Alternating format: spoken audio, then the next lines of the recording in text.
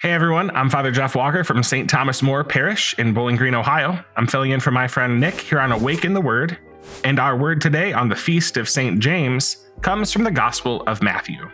Then the mother of the sons of Zebedee came to him with her sons, and kneeling before him she asked a favor of him. And he said to her, "What do you want?" She said to him, "Declare that these two sons of mine will sit, one at your right hand and one at your left, in your kingdom." But Jesus answered, "You do not know what you are asking. Are you able to drink the cup that I am about to drink?" They said to him, "We are able."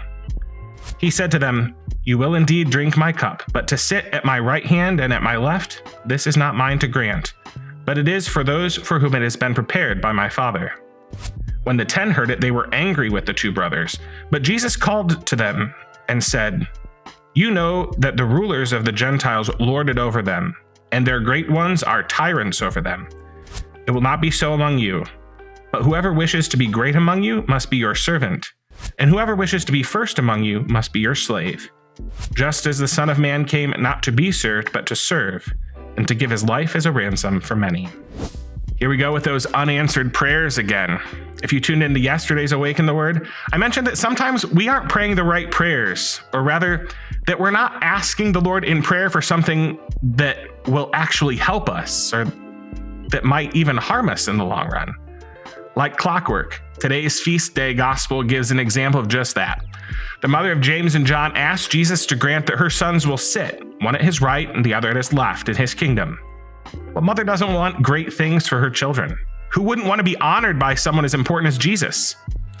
How does the Lord reply? "You do not know what you are asking." That's certainly one of the reasons that God sometimes says no to what we might consider a perfectly reasonable request. We don't see the big picture, and we don't fully understand how we fit into it. But it's not just James and John and their mother who don't understand. The anger of the other 10 told Jesus that they don't really understand either. Jesus has something totally different planned. He turns their expectations upside down when he says, "The greatest among you must be your servant, and the first must be your slave." The disciples of Jesus had certain expectations of what the Messiah would be like and what following him might bring about.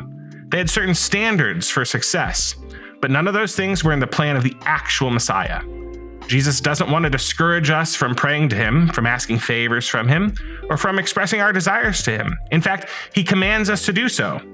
But he teaches us by example the right way to pray. After we've said all we have to say, "Nevertheless, not my will, Father, but your will be done." For Awaken Catholic, I'm Father Jeff Walker. Have a great day.